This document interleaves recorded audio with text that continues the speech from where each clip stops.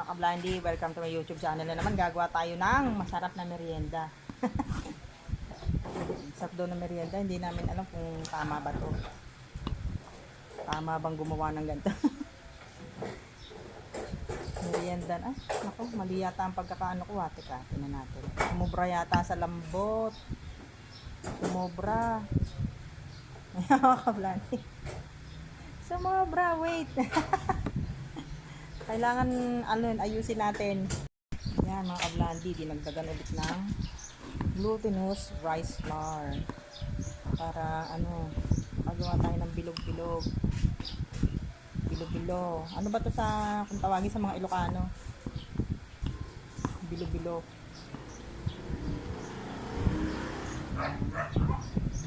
Kailangan hindi siya masyadong malata kasi hindi tayo makakabuo ng bilog.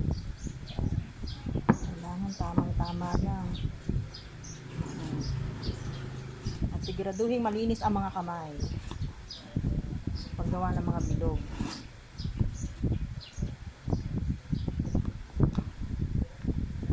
Natin kung tama na pag ginawa natin.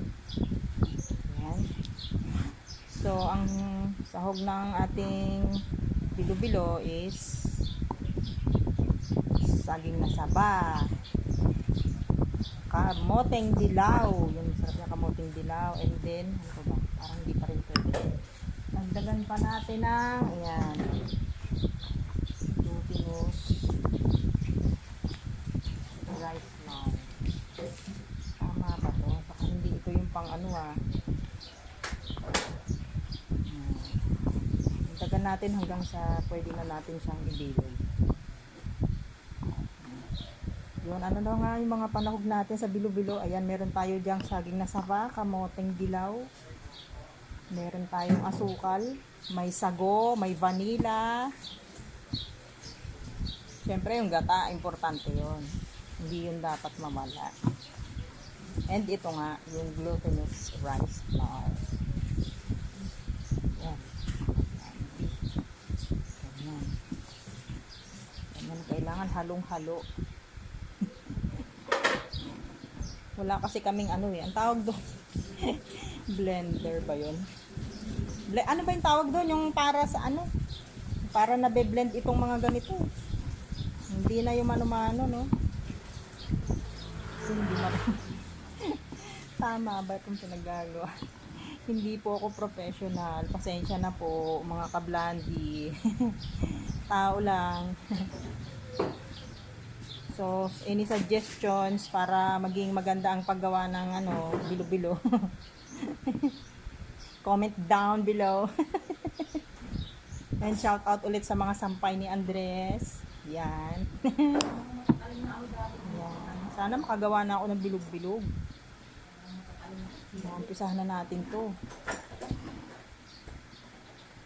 Yan. Kailangan natin umpisahan. Medyo matagal-tagal din iluto to. Totoo lang. Tingnan natin kung pwede na tayong magbilog.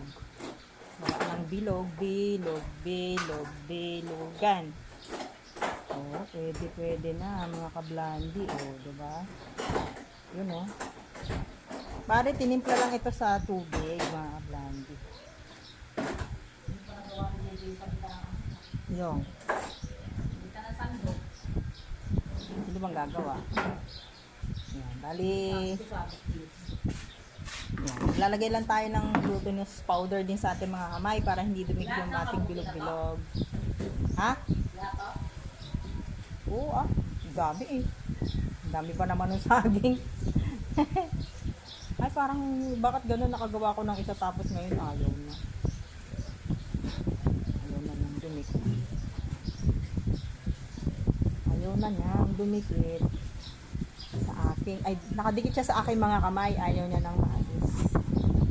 Maglandi. Kasi first time ko lang pong magluto ng bilo-bilo. At first time kong gumawa ng bilog-bilog. Ano ba yan? First time para gumawa nito. Para po doon sa mga disclaimer, ako po ay hindi professionist na na na tao na nagluluto ng mga ganito. No? I'm not professional. Dagdagan pa nga natin. Diba yan? Nakakahiya naman. Nakakahiya na sa mga taong manonood. Hindi marunong gumawa. Paano naman tayo magkakaroon ng mga subscribers? Joke lang. Siyempre, kahit pa paano. May mga nagtsatsaga pa rin ng mga subscribers dyan. Maraming thank you. Iba naman to kasi sama ka naman para makagawa na ako. Pati naman ako mapahiya sa aking mga manonood. Diba? Diba? Sobrang messy ko naman mag ganito. Messy. I'm too messy to make this.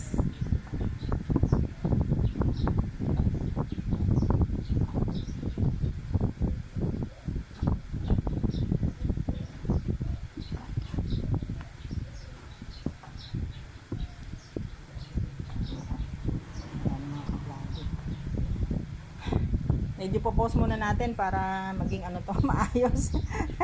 Mga kablandi, kahihiyan na to. Post muna tayo mga kablandi. Yan na. Ayusin yung paghihiwa nyo ha. Ayan, ganyan lang po mga kablandi ang pagbibilog. Bilog. Ganyan lang. Yung kasya lang po sa bibig. Yung mga kakain. Ayan. Nagbilog kang ganito kalaki.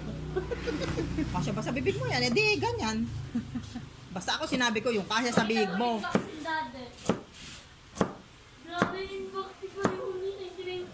Grabe naman.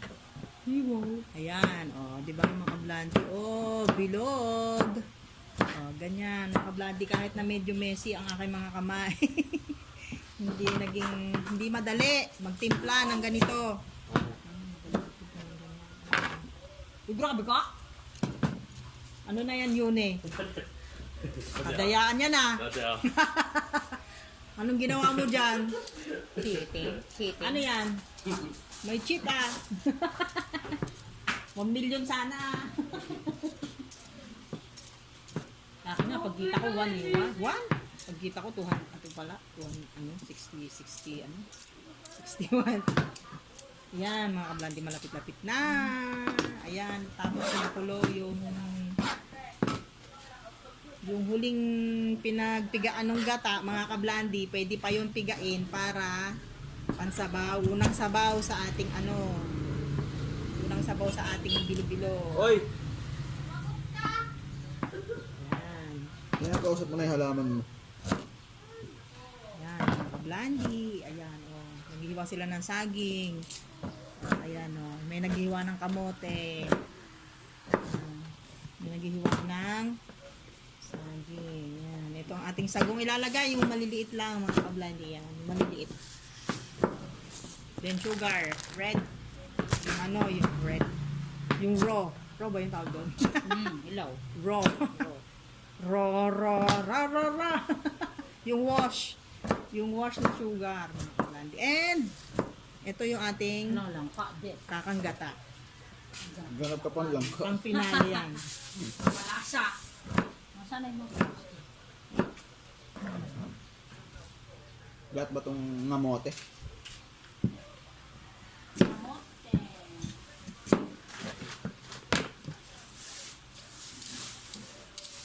Ayan na, naka-prepare na ang mga sahog na hiniwa, mga kablandi. Mamaya ulit. O yan, mga kablandi, nilagay ko na yung kamote.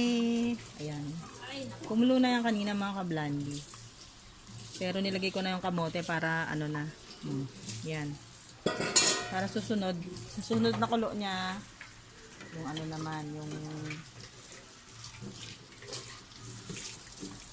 namang bananas. Ayan, bananas. Ayan. Banana. Saba po. What's up mga ka? Birdie tweet. Ayan. Gumagawa ng pinag-apat na pa po, mga kablandi, yung ginawa kong bilo-bilo. Yung bilog-bilog. Pinag-apat pa. Ganon. So yan, update ulit mamaya. Ulit mga blondie para sa masarap na bilo-bilo, merienda. Yung dishwasher. Dishwasher. Di ba? Ayan, mamaya ulit. Yan mga ka-blondie. Nilagay ko na yung coconut milk dito sa kumukulong gata. Yung gata na mga ka-blondie. Yung alam nyo yung huling piga noon, yun, pinakulo ko yun, and then nilagay ko yung kamote. After nag-boil yung kamote, nilagay ko na rin yung coconut cream, yung unang piga ng gata. Yan, ka-blondie. Yan, mga ka-blondie. So, hintayin natin. Ano ang next step para sa ating bilo-bilo. Yan, ka-blondie, kumukulo na. Lalagay na natin ang sugar natin. Sugar, ang ating wash. Sugar wash. Siguro mga 1/4. Matalsik-talsik pa. Diyos ko. Ayan, haluin natin ulit mga ka-blondie. Ayan. Nilagyan siguro natin yung kalahating kilo na, para masarap na masarap ang ating Ayan, kalahating kilong wash na sugar. Wash na sugar ang nilagay. Yan. Lagyan natin yung wash. Yan, tapos haluin natin ang ating. Yan. Wait for a while muna tayo. Again, sa next step. Ngayon, mga ka-blondie, lalagay natin ang ating saging. Saging na saba. Dahil kumukulo na ang ating gata na may kamote na nilagyan natin ng sugar. Yan, nalagay na natin itong ating saging. Handahan lang kasi yung saging natin medyo hinog na siya. Madali na siyang maluto. Blondie, magkakaroon tayo ng masarap na bilo-bilo. Yan, magkakaroon tayong masarap na meriendang bilo-bilo. Ayan,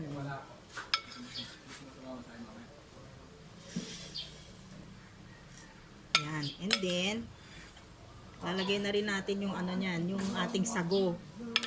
Mga ka-blondie. Sago siguro, lalagay na natin. Yan. Pakita natin sa inyo mga ka-blondie. Gusto nyo makita kung paano lumangoy ang mga saba? Ayan, lumangoy na sila. Lumangoy na. Ayan na. Hintayin natin kumulo again. Ayan yung kamote. O, diba? Yellow. Yellow na yellow siya. Ayan. Ayan na. Pakuluin natin muna mga ka-blondie. For the next step. Ulit. Ayan mga ka-blondie. Kumukulo na ang ating saba. Ayan. Saging. O. Maghihintay lang tayo siguro ng ilang minutes pa. And then, ilalagay na natin tong ating bilo-bilo. Ayan. Yung bilo-bilo natin, lalagay na natin maya-maya. Mga ka-blondie. Yan yung ilalagay natin mamaya sa ating masarap na merienda. Bilo-bilo, mga ka-blondie. Yan na, mga ka-blondie. Okay na. Pwede na natin ilagay ang ating bilo-bilo. Bilog-bilog. Sa ating kumukulong ginataan. Ayan. Masarap to pag malamig, mga ka-blondie. Nalagay natin sa ref pagkatapos niyang maluto. Maluto no? Pag gusto nyong malamig ang ang bilo-bilo. Yan. Sarap siya sa ref ilalagay. Yan. Pagmumukha ko ng dyan. After nyan, lalagyan din natin sa kulay ng vanilla. Yan, mga ka-blondie. Lumulutang na siya. Saglit na saglit lang to mga ka-blondie. After maluto ng bilo-bilo, lalagay na natin si sago. Ayan. Pag naluto ng ating binulog na bilo-bilo, yan. Lalagay na natin naman ang ating sago. Yes. Gusto nyo sago na malalaki or maliliit? Kasi mas gusto namin ilagay is yung ito lang. Yung maliliit lang na sago. Yan. Maliliit lang siya mga kablandi. Ayan. Ayan na lang ulit natin kumulo. Ngayon, lalagyan natin yung vanilla. Since wala tayong pandan leaves, pwede na to mga kablandi, vanilla. Para mas masarap ang ating bilo-bilo. Mura lang sa palengke ito mga kablandi. Vanilla. Then, halo-halo ulit. Halo-halo. Tamang halo lang para hindi naman malasog yung ating nilulutong ginataan. Merienda kayo dyan! 10 piso lang po, isang mangkok. 10 piso, mura na. Mahal na rin ang mga merienda sa panahon ngayon, mga kablandi. Oh. Diba? Ayun pa rin natin maluto ang ating ginataang bilo-bilo para sa panghuling setup. Mga kablandi, ayan na.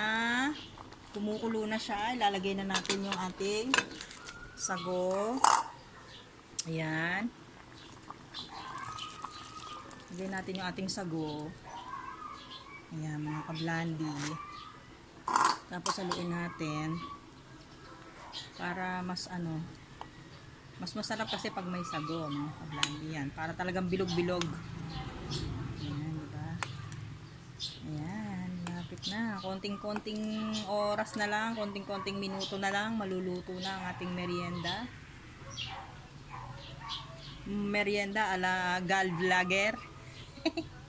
Ayan, mga kablandi. So, ganun lang kasimple mga kablandi. Simpleng-simple lang paggawa ng merienda na bilo-bilo. So, doon sa mga subscribers ko dyan na nananatiling